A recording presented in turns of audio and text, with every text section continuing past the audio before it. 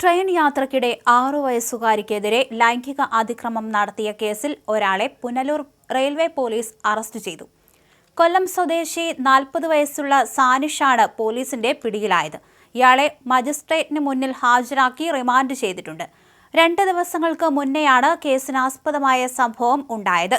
തമിഴ്നാട്ടിൽ നിന്നും എടത്വാപള്ളിയിലേക്ക് തീർത്ഥാടനത്തിന് എത്തിയ കുട്ടിയുടെ കുടുംബം ഇവിടെ നിന്ന് തിരികെ നാട്ടിലേക്ക് പോകാനായി തിരുവല്ലയിൽ നിന്നും പാലരുവി എക്സ്പ്രസിൽ കയറി.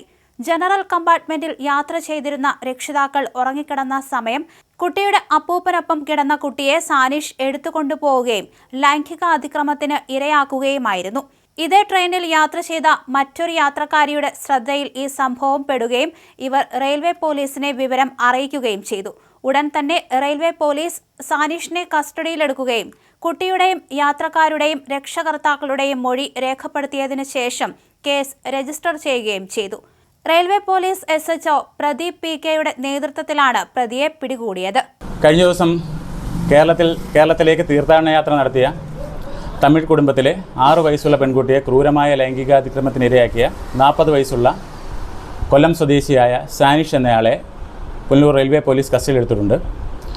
തുടർന്നുള്ള നിയമ നടപടികൾക്ക് ശേഷം ഇയാളെ മജിസ്ട്രേറ്റിന് മുന്നിൽ ഹാജരാക്കി റിമാൻഡ് ചെയ്തിട്ടുണ്ട്. ഇവർ തെങ്കാശിയിൽ നിന്ന് കേരളത്തിലേക്ക് എടത്വാപള്ളിയിലേക്ക് തീർത്ഥാടന യാത്രയ്ക്ക് വന്നതാണ്. തുടർന്ന് തിരിച്ച് തിരുവല്ലയിൽ നിന്ന് തെങ്കാശിയിലേക്ക് യാത്ര ചെയ്യുകയായിരുന്നു. പാലരുവി എക്സ്പ്രസ്സിലായിരുന്നു. വെളുപ്പിന് 1:30-ക്കായിരുന്നു ഈ സംഭവം നടക്കുന്നത്. കുട്ടി ജനറൽ കമ്പാർട്ട്മെൻറ്റിലായിരുന്നു. ജനറൽ കമ്പാർട്ട്മെൻറ്റിൽ നിലത്തുറങ്ങി കിടക്കുമായിരുന്നു. അപ്പൂപ്പൻ്റെ കൂടെ ഉറങ്ങിക്കിടക്കുകയായിരുന്നു. ഇയാൾ ആംഗിൾ തൊട്ടടുത്ത് വന്ന് എടുത്തിട്ട് അയാളുടെ സീറ്റിലേക്ക് പോവുകയും ഈ കുട്ടിയെ ക്രൂരമായ ലൈംഗിക അതിക്രമത്തിന് ഇരയാക്കുകയും ചെയ്തതാണ്. ഇത് തൊട്ടടുത്ത സീറ്റിൽ യാത്ര ചെയ്തിരുന്ന ഒരു സ്ത്രീ കണ്ടു. അവർ അത് ചിത്രീകരിക്കുകയും ചെയ്തിട്ടുണ്ടായിരുന്നു.